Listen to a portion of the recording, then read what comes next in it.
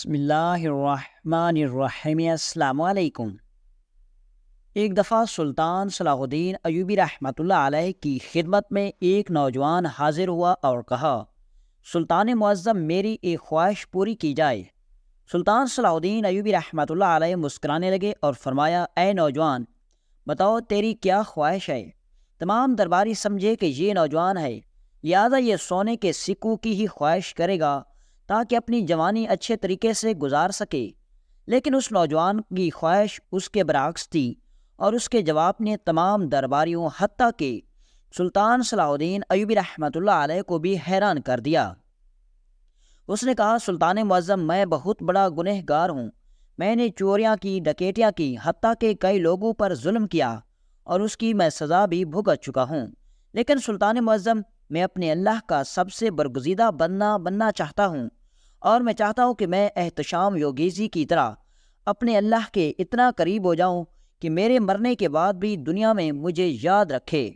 سلطان صلاح الدین ایوبی رحمۃ اللہ علیہ نے کہا، اے نوجوان، جس آدمی کا تم نام لے رہے ہو وہ آدمی بہت ہی گزرا ہوا اور اللہ کا عبادت گزار بندہ ہے۔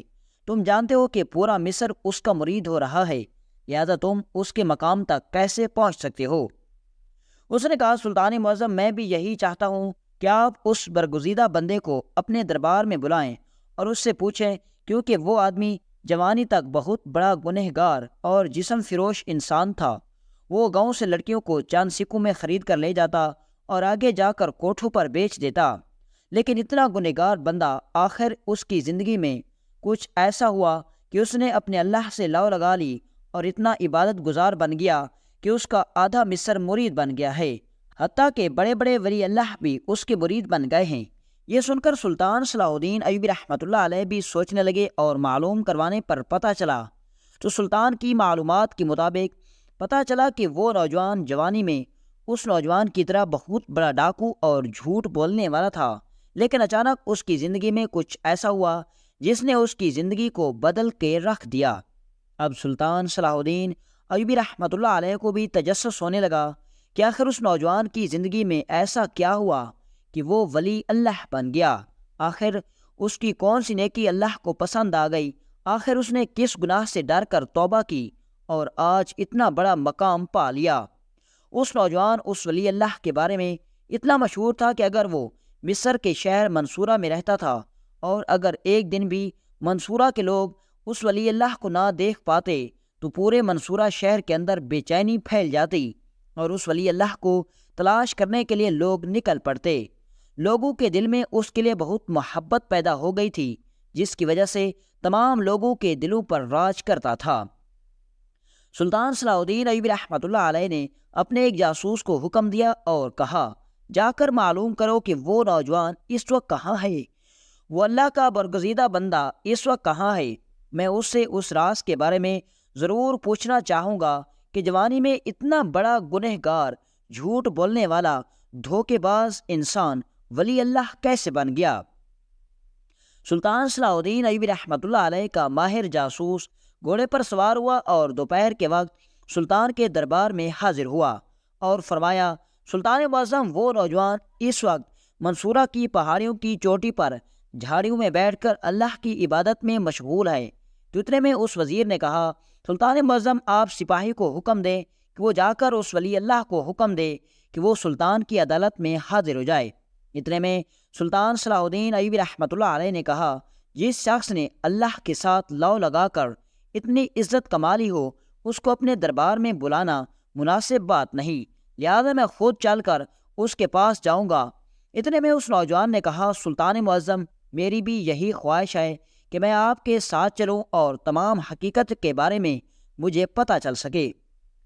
سلطان صلاح الدین ایوبی رحمۃ اللہ علیہ نے ایک سپاہیوں کا دستہ تیار کروایا، اپنے چند وزیروں اور چند کمانداروں اور اس نوجوان کو لے کر اس ولی اللہ کی طرف سفر شروع کر دیا۔ شام کے وقت سلطان صلاح الدین ایوبی رحمۃ اللہ علیہ جب اس پہاڑ کی چوٹی پر پہنچے تو جاسوس کی خبر کے مطابق وہ نوجوان اللہ کی عبادت میں مشغول تھا، حتیٰ کہ اللہ کی عبادت میں اتنا مشغول تھا کہ سلطان صلاح الدین ایوبی رحمۃ اللہ علیہ تھوڑی دیر کے لیے اس کو دیکھتے رہے، لیکن وہ اللہ سے ملاقات میں اتنا مشغول تھا کہ کہ اس کو کسی کے آنے کی خبر نہ ہوئی۔ سلطان صلاح الدین ایوبی رحمۃ اللہ علیہ جب اس کے قریب جا کر سلام کیا تو سلطان صلاح الدین ایوبی رحمۃ اللہ علیہ کو دیکھ کر وہ نوجوان یکدم اپنی جاہ نماز سے کھڑا ہو گیا اور کہا، سلطان معظم آپ یہاں کیسے؟ یہ سن کر سلطان صلاح الدین ایوبی رحمۃ اللہ علیہ نے کہا، اے نوجوان، تمہاری عبادت اللہ کو اتنی پسند آ گئی کہ سارے کا سارا مصر تیرا مرید ہو گیا ہے۔ لوگوں کے دلوں میں تم بستے ہو۔ اگر تم لوگوں کو ایک دن کے لیے بھی نظر نہ آؤ تو لوگ تم کو تلاش کرنے کے لیے نکل پڑتے ہیں۔ تو کیا میں تمہارے پاس نہیں آ سکتا؟ اس نے کہا، نہیں سلطان معظم، استغفر اللہ، آپ میرے مہمان ہیں، آپ میرے ساتھ میری جھونپڑی میں چلیں۔ سلطان صلاح الدین ایوبی رحمۃ اللہ علیہ نے کہا، میں اکیلا نہیں آیا، میرے ساتھ میرے چند وزیر، میرے چند سپاہی اور ایک نوجوان ہے جو مجھے تیرے پاس لے کر آیا ہے۔ اس نے کہا، سلطان معظم، میں آپ سب کو خوش آمدید کہتا ہوں۔ اس کے بعد وہ نوجوان سلطان صلاح الدین ایوبی رحمۃ اللہ علیہ کے سارے سپاہیوں کو اپنی ایک جھونپڑی میں لے گیا۔ اس نے سلطان صلاح الدین ایوبی رحمۃ اللہ علیہ سمیت سپاہیوں کو اور اس نوجوان کو جب دودھ پیش کیا تو جب سلطان صلاح الدین ایوبی رحمۃ اللہ علیہ نے دودھ چکھا تو وہ ہرن کا دودھ تھا۔ سلطان صلاح الدین ایوبی رحمۃ اللہ علیہ حیران ہو گئے کہ ایک نوجوان جو ہر وقت اللہ کی عبادت میں مشغول ہوتا ہے، اس کے پاس ہرن کا دودھ کیسے آیا؟ لیکن سلطان صلاح الدین ایوبی رحمۃ اللہ علیہ سمجھ چکے تھے کہ یہ ایک راز ہے، لہذا اس راز سے پردہ نہیں اٹھانا چاہیے۔ اتنے میں وہ ولی اللہ سلطان صلاح الدین ایوبی رحمۃ اللہ علیہ کے سامنے آ کر بیٹھ گیا اور کہا، حضور، آخر کیا وجہ ہے جس نے آپ کو میرے پاس آنے پر مجبور کر دیا؟ سلطان صلاح الدین ایوبی رحمۃ اللہ علیہ نے کہا، یہ ایک راز ہے جس سے ہم پردہ اٹھانے کے لیے تیرے پاس آئے ہیں، اور اس راز سے پردہ صرف تم ہی اٹھا سکتے ہو۔ اے نوجوان، میں نے صرف تمہارے بارے میں اتنا سنا تھا کہ تم منصورہ شہر کے سب سے بڑے ولی اللہ بن گئے ہو۔ پورا شہر تمہارا مرید ہو چکا ہے، تم لوگوں کے دلوں میں بستے ہو۔ لیکن مجھے اس نوجوان سے پتہ چلا کہ چند سال پہلے تو تم لڑکیوں کی جسم فروشی کا کام بھی کرتے تھے، حتیٰ کہ ڈاکے بھی ڈالتے تھے، حتیٰ کہ تم نے اس سلسلے میں کئی بار سزا بھی بھگتی۔ لیکن آخر تمہاری زندگی میں ایسا کون سا واقعہ رونما ہوا جس نے تمہیں یہاں لا کر کھڑا کر دیا؟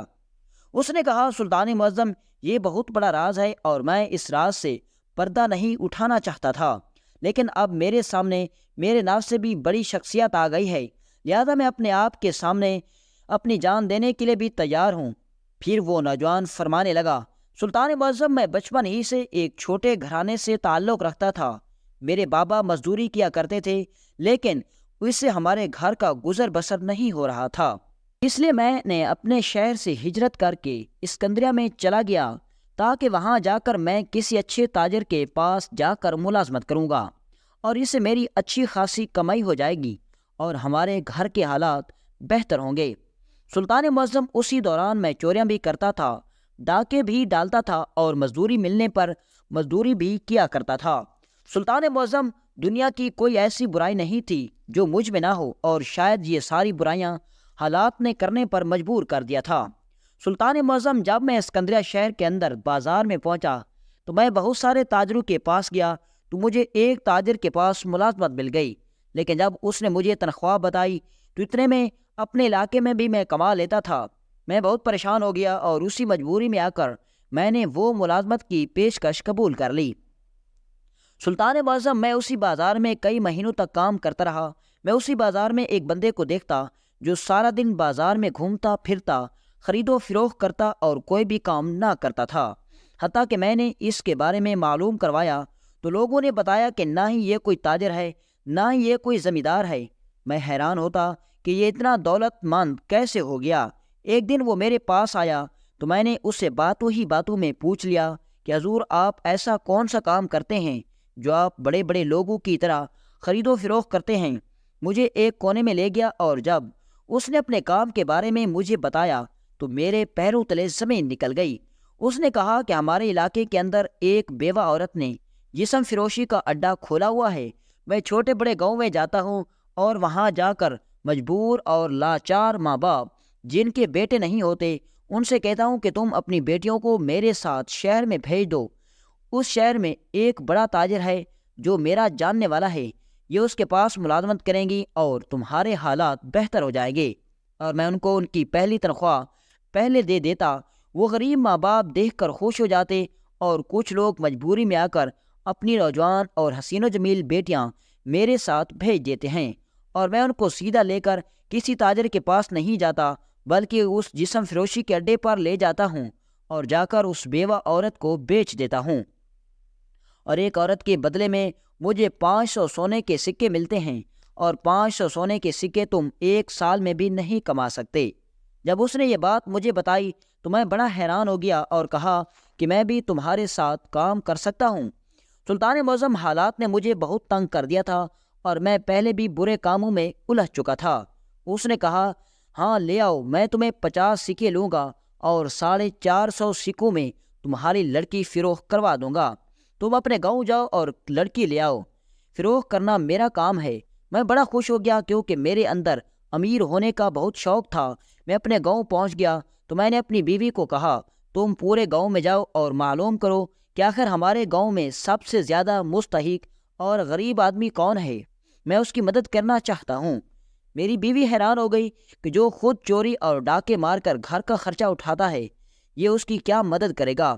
لیکن وہ دیہاتی عورت تھی، میری باتوں میں آ گئی اور مجھے آ کر بتایا کہ ایک جھونپڑی میں ایک بزرگ اور اس کی بیٹی رہتے ہیں۔ وہ بزرگ اب کمانے کے قابل نہیں اور اس کی بیٹی کے پاس بھی کرنے کے لیے کچھ کام نہیں۔ میں سمجھ گیا کہ شکار اچھا ہے۔ میں اس بزرگ کے پاس گیا اور اسے اس بات پر قائل کر لیا۔ میں نے چند سکے اس کو دیے اور اس کی بیٹی کو لے کر اسکندریہ شہر پہنچ گیا اور جا کر اسی آدمی کی لڑکی حوالے کر دی، اور اس نے مجھے 450 سونے کے سکے دیے۔ اور جب لڑکی کو پتہ چلا کہ میں نے اس کے ساتھ دھوکہ کیا، وہ چیخنے لگی، چلانے لگی، لیکن اتنی زیادہ رقم دیکھ کر میرا ایمان ختم ہو چکا تھا۔ میں دوبارہ اپنے گاؤں آ گیا اور دل میں سوچ رہا تھا کہ اب کوئی ایسا دوسرا شکار تلاش کیا جائے تاکہ میں جلدی سے جلدی امیر ہو سکوں۔ سلطان معظم، چند دنوں کے بعد اس تاجر نے جس نے میرے ہاتھ سے وہ لڑکی آگے فروخت کی تھی، وہ تلاش کرتا کرتا میرے پیچھے آ گیا۔ میں بڑا حیران تھا کہ آخر کیا ہو گیا ہے، یہ میرے گھر تک کیوں آ گیا؟ اس نے مجھے بتایا کہ جو لڑکی تم نے مجھے آ کر دی اور میں نے آگے فروخت کی، اس لڑکی نے ایسا کارنامہ سر انجام دیا کہ اس بیوہ عورت نے جتنا سونا 1 سال میں کماتی تھی، وہ اس نے چند دنوں میں کما لیے، اور سب کے پیچھے اس لڑکی کا ہاتھ ہے۔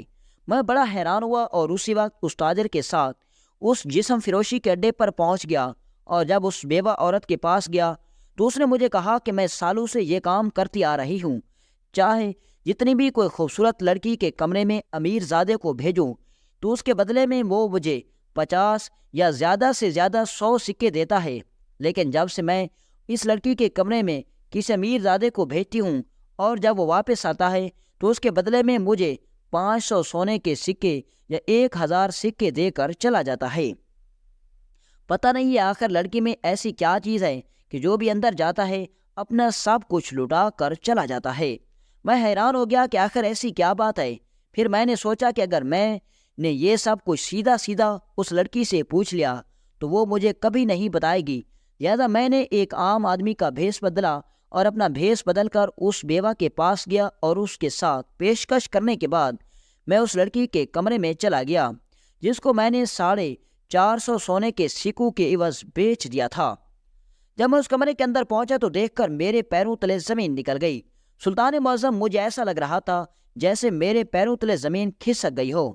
سلطان نے پوچھا، آخر اس لڑکی نے ایسا کیا کیا جو بیوہ عورت دن رات کمانے لگی؟ تو اس نے کہا، سلطان معظم، جب میں اندر گیا تو دیکھا کہ وہ لڑکی جاہ نماز پر نماز پڑھ رہی تھی۔ میں نے یہ سارا منظر دیکھتا رہ گیا کہ جو لڑکی جسم فروشی کے اڈے پر کام کر رہی ہے اور اس کا عبادت کرنا مجھے حیرانی میں ڈال رہا تھا۔ میں یہ سارا منظر دیکھ رہا تھا کہ اچانک آسمان سے نور نکل کر اس کے چہرے میں داخل ہو رہا تھا، اور اتنی زیادہ تیز روشنی اس کمرے میں تھی جس سے میری آنکھیں نکل رہی تھیں۔ مجھے اس وقت پتہ چل گیا کہ یہ لڑکی اللہ کی بہت ہی گزری ہوئی اور عبادت گزار ہے، لیکن یہ غلط جگہ پر آ گئی ہے، اور اب مجھے اس بات کی سمجھ آ چکی تھی کہ جو بھی آدمی اس کمرے میں آتا ہے وہ غلط راستے سے سیدھے راستے پر چلا جاتا ہے، اور اس لڑکی سے خوش ہو کر وہ اپنا سب کچھ لٹا کر اس بیوہ عورت کو دے کر چلا جاتا ہے۔ میں نے اسی وقت اپنا بھیس ہٹایا اور جا کر اس لڑکی کے قدموں میں گر گیا اور گڑ گڑا کر معافی مانگنے لگا۔ میں نے اسے کہا کہ میں دولت کے نشے میں آ کر اندھا ہو گیا تھا، تم مجھے معاف کر دو، میں نہیں جانتا تھا کہ تیرا اللہ کے درمیان اتنا مضبوط رشتہ ہے، میں نے تمہیں بہت غلط سمجھا۔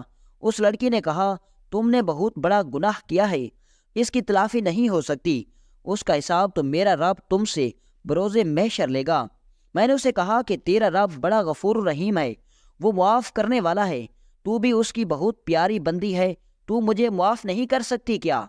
سلطان معظم، میں نے جب یہ بات کہی تو میری بات بھی اس کے دل کو جا لگی، اور اس نے کہا، اگر تم مجھے اس بیوہ عورت سے آزاد کروا لو تو میں تمہیں معاف کر دوں گی۔ سلطان معظم، میں جانتا تھا کہ اگر وہ لڑکی خود چاہتی تو ضرور اس لڑکی بیوہ عورت سے آزاد ہو سکتی تھی، لیکن اس نے مجھ سے یہ شرط رکھ لی۔ میں اس بیوہ عورت کے پاس گیا اور کہا، تم اس لڑکی کو آزاد کر دو، اب اس لڑکی کو میں تمہارے پاس نہیں رہنے دوں گا۔ اس نے کہا، یہ تو ایک خزانہ ہے اور میں خزانہ تمہارے ہاتھ میں کیسے دے سکتی ہوں؟ اگر اس کے بدلے میں تم مجھے 100 اونٹوں پر لدا ہوا سونا بھی دے دو تب بھی میں تمہیں یہ نہیں دوں گی۔ سلطان معظم، میں نے اسے بہت منت سماجت کی لیکن وہ بیوہ عورت نہیں مانی۔